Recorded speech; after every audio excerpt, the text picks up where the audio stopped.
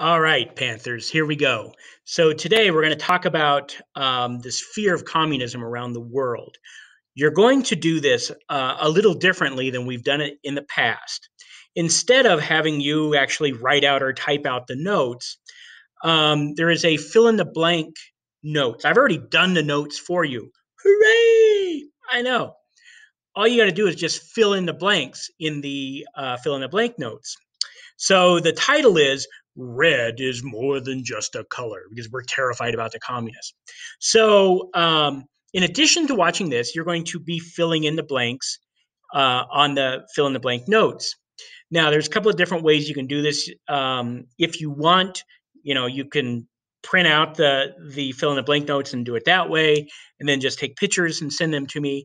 Or you can split the screen on your computer, and depending on what computer you have, there's several different ways to split the screen. So on one side, you get the slideshow. On the other side, you get the notes, the fill in the blank notes. You guys probably know how to do that better than I could. If you don't know, you can go online and look it up, Google search it, and figure out how to split the screen on your computer to do this. So all you got to do is just fill in the blanks, and the blanks will, and the answers for the blanks will pop up in a bulleted form on the notes. So here we go. Red is more than just a color. As we're fighting communists throughout the world, in Europe, in China, in Korea, and then elsewhere, we're trying to stop the spread of Soviet influence and so on throughout the world. There's this growing fear that it's here in the United States and it's creeping in to take us over.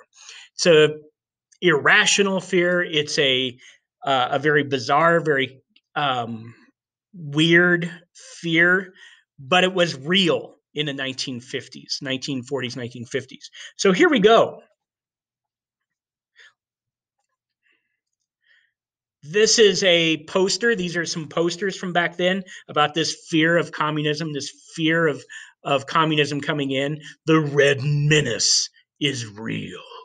Report all suspected communist activity. That's a poster that would be put up in post offices and grocery stores and so on and so forth.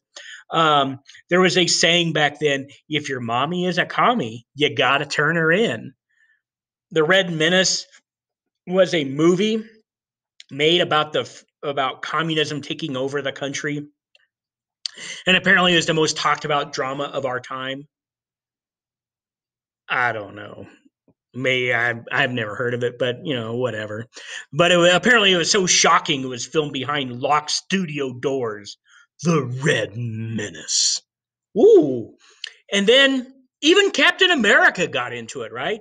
Captain America is a superhero that comes about during World War II, and he punches out Adolf Hitler and he beats the Nazis and so on and so forth. Well, now we got rid of the Nazis, so now we got to go after our next people. Captain America, commie smasher, right? And Captain America strikes the betrayers, and you can see him dragging them, and people cheering Captain America. I don't know. So red is more than just a color. Here we go. Red is a slang term, just so you know. Red is a slang term very often that's used to describe communist or communist sympathizers. Red was the color of the Bolshevik, which were the communist forces in the Russian Revolution when they overthrew the Tsar and all that. That was the color of their uniforms and their flag. And so red just gets attached to, if you're a communist, you're a red. Red means communist. Oh, there you go. All right, so here we go. As communism is heating up around the world, right? And people are terrified. Communists are everywhere. Communists are creeping in to every facet of our life, and communists are among us, I guess you could say, right? So that's the first word there, the first blank. Communist. U.S. became convinced that there were communists everywhere, even in the United States. So, in response to this, the House of Representatives creates a committee called the House for Un-American Activities Committee, or HUAC. And it's a committee whose job it was to go out and investigate communist activity and communist people in the United States. And this is formed in 1945. And its main job, other than going out and finding communists, the main job is to make sure that people remain loyal to the United States. So the very first thing that HUAC goes after, the very first industry or the very first group they go after is the film industry. Okay? There was a real fear that Hollywood is just overflowing with communists. And this is a real bad problem because this is a time when most Americans are going to the movies every single week. And film is very influential in American society. So there was this fear, if there's lots of movies being made that are about communism, then it's going to convince people that we should become communists and they'll overthrow the American government, right? There was this real fear. Now, the reason why they believe this is they believe that Hollywood was overflowing with very left-wing, very, very liberal people. There was a reason for that, because there was, for whatever reason, the entertainment, the film industry does attract a lot of very liberal views, right? Then and still today. That's just the way it is. That's just a fact. They're also very worried that there's a lot of movies being made that were pro-Soviet, right? And they would point to these movies made during World War II and say, look at these movies made during World War II. They really make the Soviet Union look good. Well, you know, there was a movie like The Boy Who Saved Moscow and The Red Army Marches On and things like that. They were all made during World War II. Well, there was a reason why they were made during World War II. They were our friends. They were our allies. So of course, we were going to make movies about the Soviets because they were our friends. We were going to make pro-German movies, right? But there were people that still believed that this was an indication that Hollywood is full of communists. And they were being made to make communism look good and encourage people to go against the American government, overthrow the American government, and bring in the Soviet Union, right? This was a real fear that they were going to make these films to have people overthrow the American government. So the answer obviously is we've got to go to Hollywood and get rid of all of the communists that are making these pro-Soviet movies in Hollywood. Oh dear. And there you can see, you know, some of the different propaganda posters and stuff that were created at that time. All right.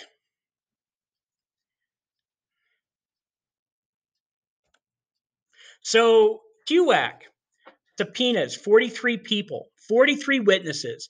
They have to come before HUAC and testify about communist activity in Hollywood. Now, some of these witnesses are known as what were known as quote unquote friendly witnesses. They cooperated. They named names. Okay. And they did say, yes, there are a lot of communists and a lot of communist sympathizers working in Hollywood. And here are their names.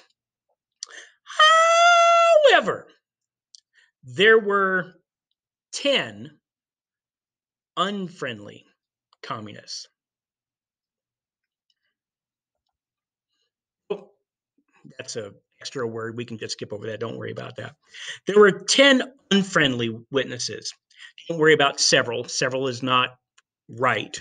Okay. There were 10 who were not friendly to Hollywood, and they were known as the Hollywood 10. Okay. Now, these 10 witnesses refused to testify because they said this hearing is wrong. It's absolutely wrong, and it's unconstitutional right? If people are communists, that's their business. If they belong to the American Communist Party, so what? If they believe in a form of government and other than what we have, who cares? Because nowhere in the Constitution does it say you can't have different views. In fact, the First Amendment says quite the opposite. You have the right to freedom of speech. You have the right to believe whatever you want to believe. And if there are people that believe in another form of government, in another form of life, in another type of society, in a different type of an economy, so what? This is unconstitutional, and they're not going to name names. They've refused to cooperate. Now, several of the 10 who refused to cooperate did go to jail for obstruction of justice and things like that. Now, despite the Hollywood 10 kind of pushing against the investigation, despite that, Hollywood executives began creating a blacklist. And a blacklist means that if you end up on this list, you're banned. You're not wanted. So Hollywood executives of all these different movie studios in Hollywood created a blacklist, and they just added names to this list. And these were people who were suspected or who had been accused of being a communist. And if you get on the blacklist, you can't get a job. Okay. And as a result of this blacklist, about 500 employees in the film industry lost their careers. They could not get hired because they were on this blacklist. 500 actors, producers, writers, directors all had their careers ruined simply because they had been accused of being a communist. And the reason that they couldn't get a job, right? You got to think about the time here. Hollywood makes movies to make money. Okay. That's why they make movies. Hollywood doesn't make movies saying, well, we don't care if it doesn't make any money. Yes, they do. They want their movies to make money. At this time, there is this fear and this paranoia about communism that if word got out that there was an actor in this movie, or this movie was written by someone, or there was a director, or there was someone else working on this film who was communist, people were not going to go see the film.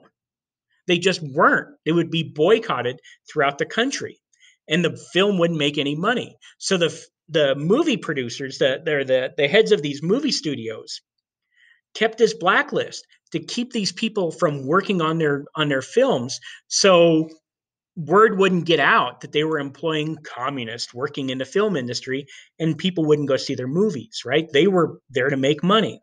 So 500 actors, producers, and writers lose their careers over this. Okay? And there's some different posters here, Blacklist Hollywood and Hollywood Traitors. And then there were movies made about communist kind of taking over. Invasion of the Body Snatchers is probably the most famous movie, and it's all kind of based. It's about communism and communists taking over from within, from the inside out. And the premise of the movie is that aliens are coming to Earth and they're taking over Earth, and the way that they're doing it is that they're cloning actual people and then turning them into aliens.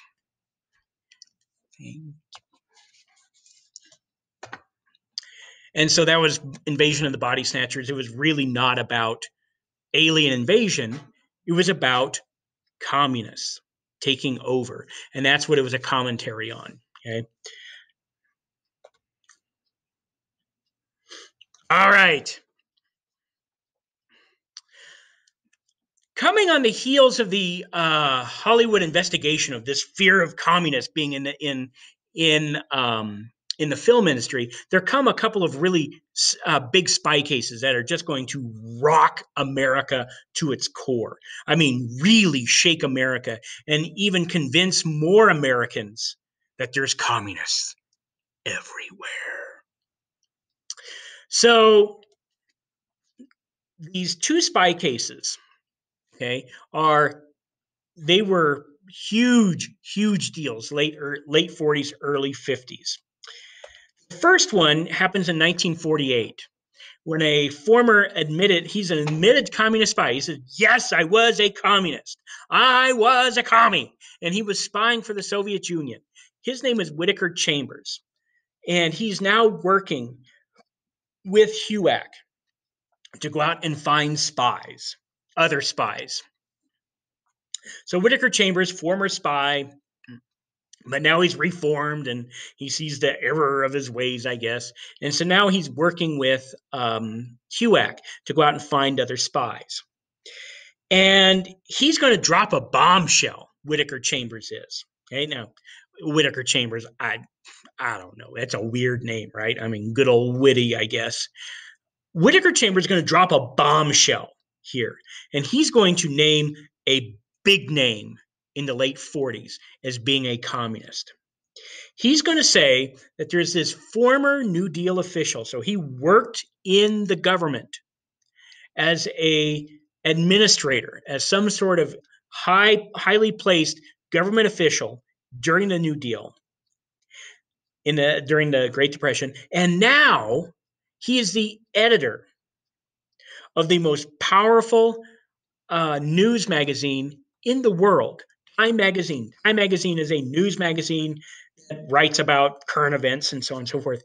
In the late 40s, Time Magazine was the most powerful, the most influential news magazine. And now Whittaker Chambers is saying the editor, the guy who decides what you read and where it's placed and what's on the cover, the main guy at Whittaker Chambers who's controlling the news at Time Magazine, he's a communist.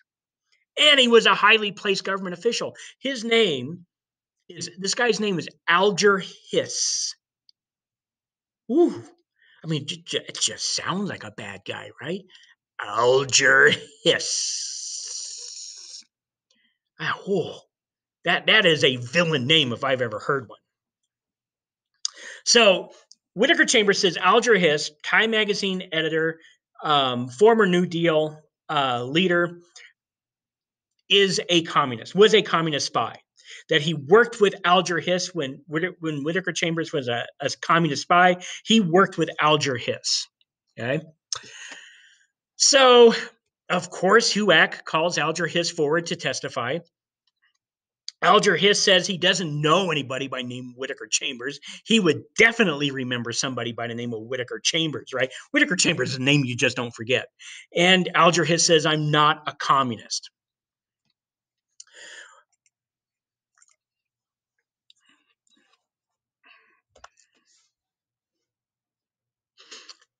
So HUAC believes that Chambers is lying. Okay, after Alger Hiss comes forward, Alger Hiss, everybody knows Alger Hiss. He's a stand-up guy, and he's pretty popular. He's a likable dude. And Whittaker Chambers, well, he was a communist. We know he's a communist. So he's got it. Well, it's Whittaker Chambers who's lying. So HUAC is ready to kind of move on from this. However, there's a new politician in town. He's just been elected in the Congress. He's actually elected in the exact same year they come in together as future President John Kennedy. And this new member of Congress who's on HUAC, a member of HUAC, wants to make a name for himself. I mean, it's a very, very important to him that he becomes a very well-known, very powerful figure in American politics. And he sees this case as maybe the way that he becomes a big name and a very prominent player in American politics. So he wants to continue to pursue this. He believes that Whittaker Chambers is telling the truth, and it's Alger Hiss who's lying. This guy's name is Richard Nixon. Richard Nixon is elected in 1946, the same year as John Kennedy. And Richard Nixon wants to make a name for himself. And he sees this as a way, and he believes Chambers, he believes that Alger Hiss is lying, and he wants to continue to pursue this investigation. So HUAC just wants to be done with this. Okay. So let's see. Oh, convinced that Hiss is lying. So that's the next blank, right? 1946, along with John Kennedy, Richard Nixon believes Chambers and is convinced that Hiss is lying. So to make Nixon happy, okay, HUAC appoints Richard Nixon his own committee. They go, here's a special committee just for you. Go investigate. Have a good time. So Richard Nixon goes off and he begins to investigate just to see if Alger Hiss is a communist. Oh boy. August 7th, 1948. Richard Nixon and his subcommittee, his smaller committee, meet with Whittaker Chambers. And Whittaker Chambers says, Alger Hiss may not have known me by Whittaker Chambers. I didn't go by Whittaker Chambers. I know, it'd be hard for people to forget the name Whittaker Chambers. He said, actually, I went by the name of Carl when I was dealing with Alger Hiss. So he might know me better as Carl. Okay. So, and he gives Richard Nixon in this committee some more details about what Alger Hiss's house looks like and what kind of information he got and da, da, da, da. So after this meeting, Nixon is even more convinced that Hiss is lying. And he wants to prove, Alger Hiss is lying. So they bring Alger Hiss in. Alger Hiss says, I don't know anybody named Carl. I've never known anybody named Carl. And I'm not a communist. Okay. Richard Nixon still believes Alger Hiss is a communist, but he can't prove it. He can't prove it at all. So it kind of gets dropped. And then later on,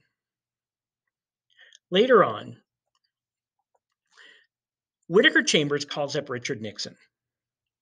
And he says, I've got evidence that proves Alger Hiss is a communist. I've got information that Alger Hiss gave me to pass along to the USSR.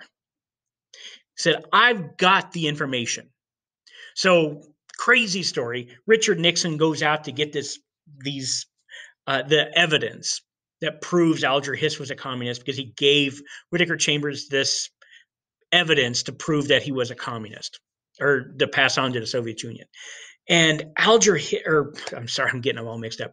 Whittaker Chambers is storing these vials. It's called microfilm, and you would put it in these little containers here. And microfilm is like negatives. Have you ever seen film negatives? That's what it is. Okay. This was the internet of its day. This is how you preserve documents back then. You'd put it on microfilm. You have to have this special thing to look at it. And you would put the microfilm in these containers.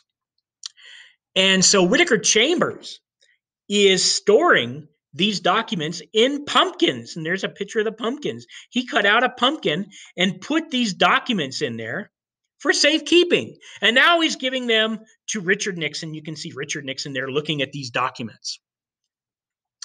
And Whittaker Chambers says, these are the documents that Alger Hiss gave me to give to the Soviet Union when I was a communist spy. And it proves Alger Hiss is a commie. Well, too many years had passed to charge Alger Hiss with espionage, with spying. There was a statute of limitations, and you can only charge somebody with a crime over the course of so many years. So we can't charge him as a spy. Now, Alger Hiss continues to claim that he's not a communist, and Alger Hiss will go to his grave claiming he was not a communist. He dies in the mid-1980s, claiming, I'm not a commie. I was never a communist. So we don't really know. We've got Whittaker Chambers says he was. Alger Hiss says he wasn't. Richard Nixon thinks that, he was. We don't really know until 1990. And the Soviet Union collapses, the end of the Cold War. And we get access to all sorts of KGB documents. KGB is the Soviet secret police, and they kept all these files about spies and stuff. We get access to all of these spy files from the KGB. And in going through those files, we find out for sure, for definitive proof, whether Alger Hiss was a communist spy or not. In going through these documents, we find out that Alger Hiss was, in fact, guilty of being a spy. He was a communist spy, but he never got convicted of it. But it makes Richard Nixon this huge name in American politics, because now Richard Nixon is the #1 communist hunter in the country. And Richard Nixon will just skyrocket into dominance in American politics as a result of this communist investigation. The next spy case was even more dramatic and even more crazy than the Alger Hiss one. Here's what happens. 1949, Soviet Union detonates its first atomic bomb. That's scary, right? Now, we knew the Soviet Union was building a bomb. We knew they were in the process of building an atomic bomb. However, everything that we knew about where they were at in the development of the atomic bomb, we thought they were still 3 to 5 years away from developing their technology and their information enough to actually be able to detonate a bomb. And here they are, 1949, detonating their first atomic bomb. We didn't think it would happen until the mid-1950s. Now, at this time, there are exactly two countries in the entire world that have, I guess, what you could call the recipe for making the atomic bomb. Two. We know the United States is one because we used it twice against Japan. The other country is England, because, England's our BFF, so, we're going to take care of England. And now the Soviet Union has it. So we know somehow, some way, the Soviet Union got these plans, and it had to come either from England or the United States. That's the only way that this could happen. So this massive investigation is launched. Figure out who passed these documents along to the Soviet Union. How did the Soviet Union get their first atomic bomb? Because this is a big moment. This is a big shift in the Cold War. Because for a long time, we were the only ones with an atomic bomb, and we could use that to our advantage. And now that advantage is gone because now the Soviet Union has one as well. So this big investigation is launched. And in 1950, this guy in England is arrested. And he admits, oh, cheerio, chip, chip. Yeah, of course I gave all the plans to the Soviet Union. I freely admit that. I got the plans and I gave them right to my chaps over in the Soviet Union. I absolutely did that. But I'm not the one who got the plans originally. Oh, no. It was two Americans across the pond. They gave me the plans and told me to pass it along because they didn't have the access to the Soviets that I had. So I did. And we know each other because we're all in the Communist Party, and communists, all know each other. So, of course, I did it. But they got the plans and they gave it to me, and I passed it on to the Soviets. Oh! So now this English guy says, I got him from an American couple. Well, who did you get him from? And he names the American couple. Ethel and Julius Rosenberg. And there's a picture of Ethel and Julius Rosenberg. So immediately this investigation is launched into the Rosenbergs. And we find out that Julius Rosenberg is employed by the State Department. So this is the part of the United States government that deals with foreign policy. And this would be in a place that you could get the nuclear secrets from. And Julius Rosenberg had access. He had clearance and had access to these documents. So it's entirely possible he could have done that.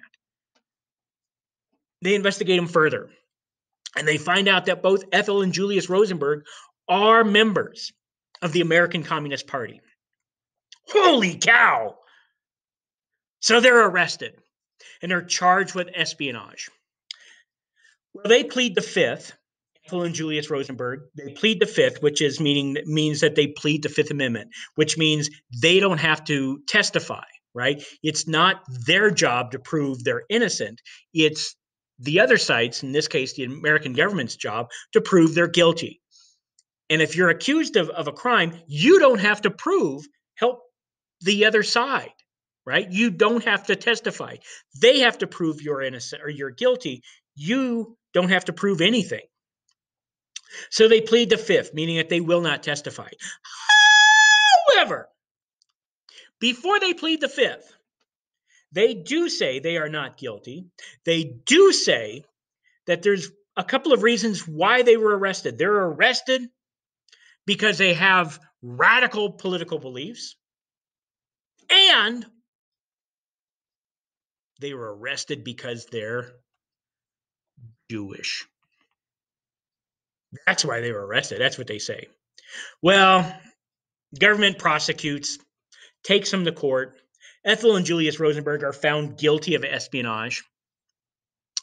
And espionage, spying, is the only crime for which a penalty is given in the United States Constitution. It's the only crime in the United States Constitution that says this is a crime and this is the penalty. And the penalty for spying, according to the United States Constitution, is execution. And Ethel and Julius Rosenberg were found guilty of spying and were executed in 1953. Oh boy. All right. So brings us to 1952, which is an election year. And Dwight Eisenhower, World War II hero. He was the leader of all of the Allied forces, all of the good guy forces in World War II. Dwight Eisenhower is going to run for president as a Republican. Oh, this is a big moment for the Republican Party. We have not had a Republican president in 20 years. Holy smokes. The last time a Republican was in the White House was 1932. It's now 1952.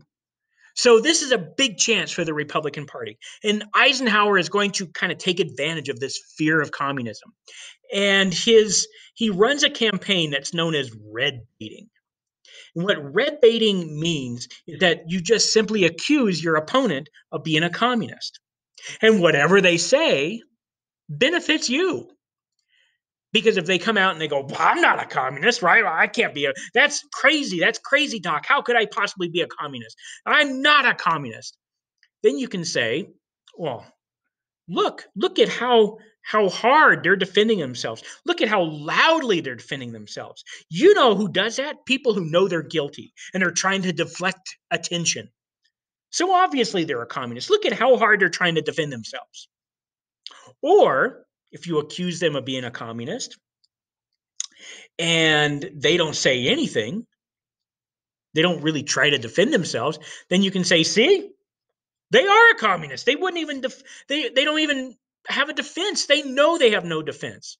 So it's a very effective, kind of an immoral campaign strategy called red baiting. You just accuse them of being a communist. And that's what Eisenhower did.